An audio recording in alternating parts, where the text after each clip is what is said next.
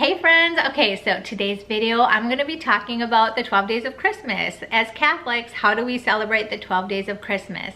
So it's going to look different for everybody. There's not a right or wrong way to do it. This video is actually just to give you ideas. If you're looking for ideas, maybe you have a young family, maybe you're just becoming Catholic, like how do we celebrate being Catholic during Christmas? Because a lot of the world celebrates Christmas all during Advent, but we in the Catholic faith usually kind of hold back and wait till the actual Christmas day. So this video is just to give you ideas. There's not any right or wrong ways, but this is supposed to be just a fun video. If you are new here, please subscribe. Please give this a thumbs up if you like this type of video. And before I get into like my ideas of what to do like during the Christmas season, the 12 days of Christmas, I wanted to first say that there's a lot of cards. A lot of people throw these cards away that people send you for Christmas, and so I have an idea before I get into the video. Okay, so what you do is you just put a hole in each card. So you see the family's picture, and then you put a hole with a hole puncher, and then I have this little ring thing that, you know, it opens and closes. And then I put all the Christmas cards in there. And so what we'll do is during family prayer at night for the whole year, you can pray for these families that sent you a Christmas card. So I think that's the sweetest thing, is to pray for these people who gave you a little loving gift. And it's great too, because we'll focus on the family on the front, and then the next day, like, we'll switch it to the next person. So we'll go to the next family and we'll pray for them. And I like it too because we don't live near most of our family and friends. So this is a great way for the kids to see pictures of them. They'll look at it throughout the entire year. And so that's just an idea. If you have Christmas cards, you don't know what to do, pray with your family for these people who sent you these beautiful Christmas cards. So anyway, just an idea before I get into the actual video. So let's get into the video. The 12 Days of Christmas is obviously a song, which is interesting. Little fun fact, as I was like looking into this video, it's actually a Catholic song. So the 12 Days of Christmas, back in England long ago, they would persecute you if you were Catholic. And so the Catholics had to teach the Catholic faith to the young ones. It was like teaching catechism to them through this song. So it's actually teaching the catechism to the little kids back then. So I thought that was a very interesting fact about the 12 Days of Christmas, but I thought like that was a great like segue into what do we do during the 12 days of Christmas? So first of all, there's a lot of feast days during the Christmas season. The Christmas season goes until the baptism of the Lord. So that's when the Christmas season is done. And so after that is usually when we'll take down our Christmas tree. So we leave it up all during the Christmas season.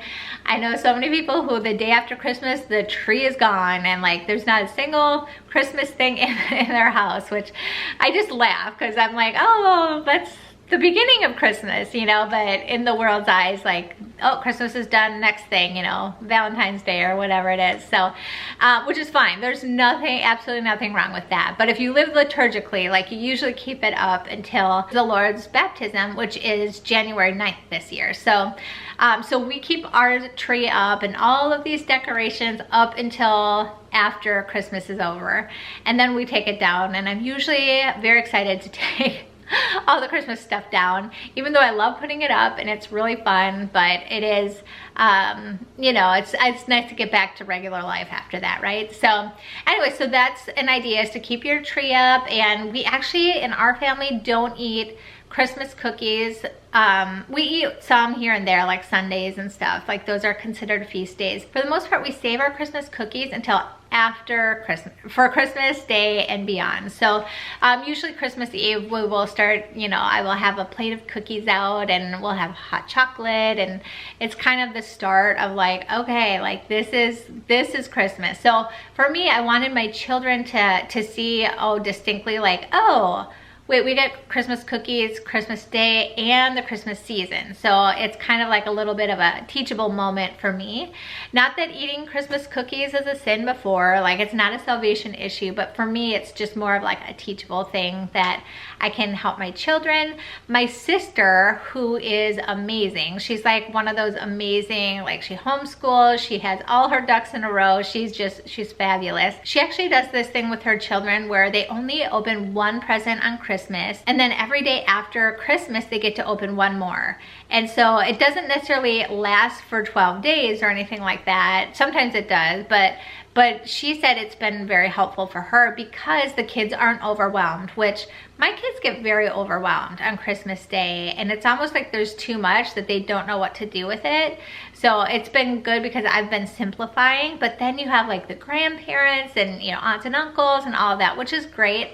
But I really like that idea. If I would have started my life, my motherhood over, that's one thing I definitely would have changed, is just having like you get one present today. And then also I feel like the focus isn't necessarily on the presents, which it gets a little overwhelming, but it actually is like more focused on Christ. It's easier to focus on Christ because you're not so distracted. So we don't do that. But if I were to relive, because I feel like my kids are too old to like switch it to that. So if I were to redo it, I would have definitely did it that way, where it's just like once a day you get a new gift for, you know, however long it stretches out. And so anyway, that's an idea if you wanted to do that. I thought that was such a cool idea. There's also a lot of holy days during the Christmas season, like the Holy Innocents, the Holy Family, St. Stephen the Martyr, St. John the Evangelist. There is also Epiphany. So Epiphany is a big deal for a lot of families. And what a lot of families will do is they'll make like a king's cake. And so they will, you know, have like maybe that for breakfast, where it's almost like little biscuits, or you can actually buy a king's cake. And what is it? It's like a big round cake with it's kind of like a donut almost, you know, hollow center. And there's a little baby Jesus inside somewhere, and so whoever finds the baby Jesus gets to play king for a day. You know, they get to be the king, and they can wear a crown, and everyone does whatever they say, and it's supposed to be like a really fun thing. So I've heard of families doing that. I think that would be really fun. So Epiphany is with three wise men, right? When they come to present to the Lord and be with the Lord. And so I think it's such a great idea to the nativity to have the three kings far away, and then slowly, like every day, kind of move them closer to the nativity, because they're, you know, walking towards Jesus. And so I thought that was a great idea too. I'm like, man, I never thought of that. So as I was like looking up this video, some ideas, like so many ideas. I wish I would have started younger. All right, friends, so that's what I have. Definitely write down in the comments what you guys do to make the Christmas season very holy and beautiful. And thank you so much for being here. I hope that you all have an amazing Christmas season, that it's so beautiful and blessed. And until next time, I will see you all later. God bless. Bye.